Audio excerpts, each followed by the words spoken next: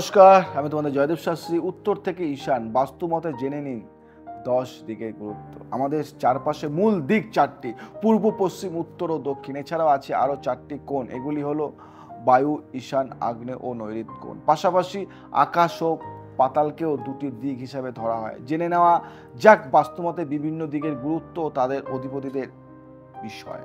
পূর্ব, পশ্চিম, উত্তর ও দক্ষিণে 4টি দিক সম্পর্কে আমরা সাধারণত জানি, কিন্তু এছাড়াও কয়েকটি দিক রয়েছে। এগুলি হলো বায়ু, ঈশান, আগ্নেয়, নৈঋত্য কোণ। উত্তর পশ্চিমের মধ্যস্থানকে বায়ু কোণ বলা হয়। উত্তর ও পূর্বের মধ্যস্থান ঈশান, দক্ষিণ ও পূর্বের মধ্য স্থান আগ্নেয় এবং দক্ষিণ পশ্চিমের মধ্যস্থান নৈঋত্য কোণ নামে পরিচিত।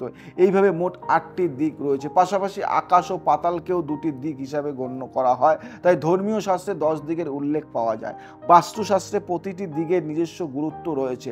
প্রতিটি দিকের পৃথক দিকপাল বা অধিপতি দেবতা ও অধিপতি গ্রহ থাকে, তাই প্রতি দিকের পৃথক পৃথক প্রভাব বর্তমান। নানান দিকের মাহাত্ম্য ও তাদের দিকপাল সম্পর্কে জেনে নেওয়া যাক। ঈশান কোণ।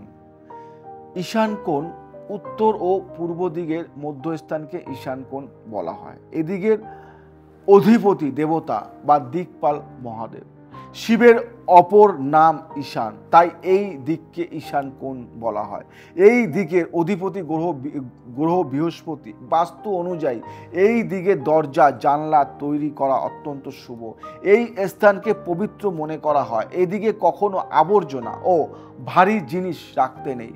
পরিষ্কার পরিচ্ছন্ন ও খোলামেলা রাখা উচিত এই স্থান। এই দিকে কোনো দোষ থাকলে আর্থিক সমস্যা দেখা দিতে পারে। পাশাপাশি সৌভাগ্যের অভাব দেখা দেয়। পূর্ব দিক।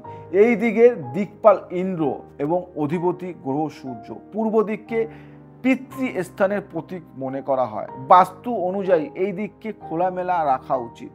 এই দিকে সিঁড়ি এবং বয়স্কদের কক্ষ বানানো উচিত নয়। উত্তর ও পশ্চিমের মধ্যস্থানকে বায়ুকোণ বলা হয়। এদিকে বায়ুদেবের আধিপত্য থাকে, আবার এদিকে আধিপত্য গ্রহ সূর্য। এটি বায়ুতত্ত্ব প্রধান দিক। এই দিককে হালকা এবং খালি রাখা উচিত। পরিবারের সদস্য ও প্রতিবেশীর সঙ্গে এই দিকটি সম্পর্কযুক্ত। এই দিকটি পরিষ্কার পরিচ্ছন্ন দোষমুক্ত থাকায় সম্পর্কের মাধুর্য আসে ও মজবুত হয়। তবে এই কোণে দোষ থাকলে সম্পর্ক তিক্ততা দেখা দেয়। পশ্চিম দিক। এই দিকের দেবতা বরুণ এবং অধিপতি গ্রহ শনি।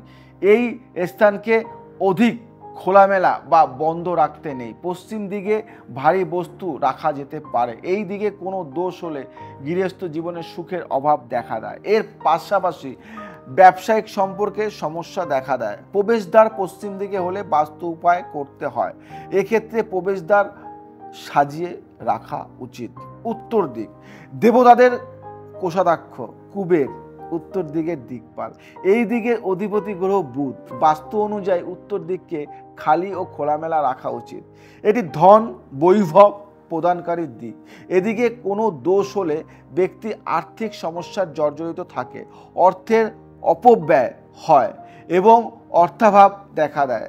আগ্নেয় কোণ মানে অগ্নিকোণ দক্ষিণ ও পূর্ব দিকের মধ্যস্থানকে আগ্নেয় কোণ বলা হয়। এই দিকের অগ্নিদেবের আধিপত্য থাকে এবং আধিপত্য গ্রহ শুক্র। বাস্তু অনুযায়ী এই দিকে রান্নাঘর তৈরি করা উচিত।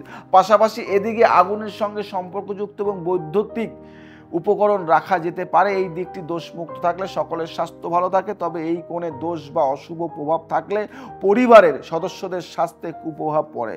এদিকেও ভুলে দরজা বানানো উচিত নয়। দক্ষিণ দিক। এই দিকে দেবতা যমরাজ এবং অধিপতি গ্রহ মঙ্গল। বাস্তু অনুযায়ী এই দিক ভারী নির্মাণ এবং ভারী বস্তু রাখা উচিত। এই দিকটি কখনো খালি রাখতে নেই।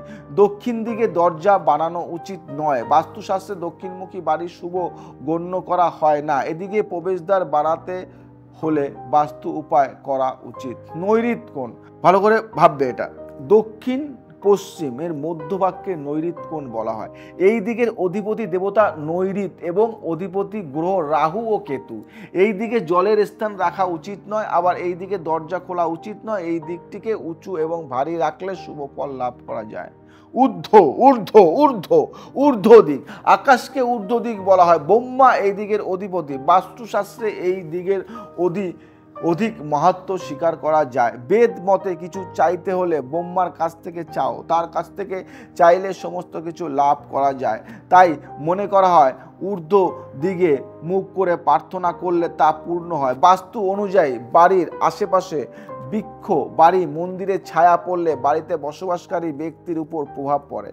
পাতালের দিককে অধোদেশ বলা হয়। এই দিকের অধিপতি শেষ নাগ, শেষ নাগকে অনন্ত বলা হয়। তাই যে কোনো নির্মাণের আগে ভূমি পূজা করা হয়।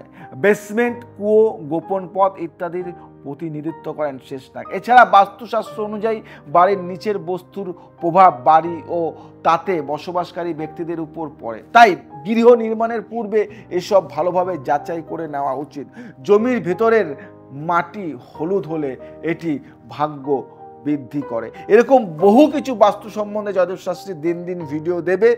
তবুও তোমাদের যদি কিছু জানার থাকে কমেন্টস করে জানাও। ভালো লাগলে শেয়ার করো, লাইক করো, কমেন্টস করো এবং তোমার ফ্রেন্ড সার্কেলের মধ্যে ছড়িয়ে দাও। যদি তোমার বন্ধু বান্ধবের একটু উপকারে লাগে তাহলে তোমার নিজেরও ভালো লাগবে, আমারও ভালো লাগবে। আজ আসি, আবার আসবো নতুন কিছু নিয়ে। জয় শ্রী রাম।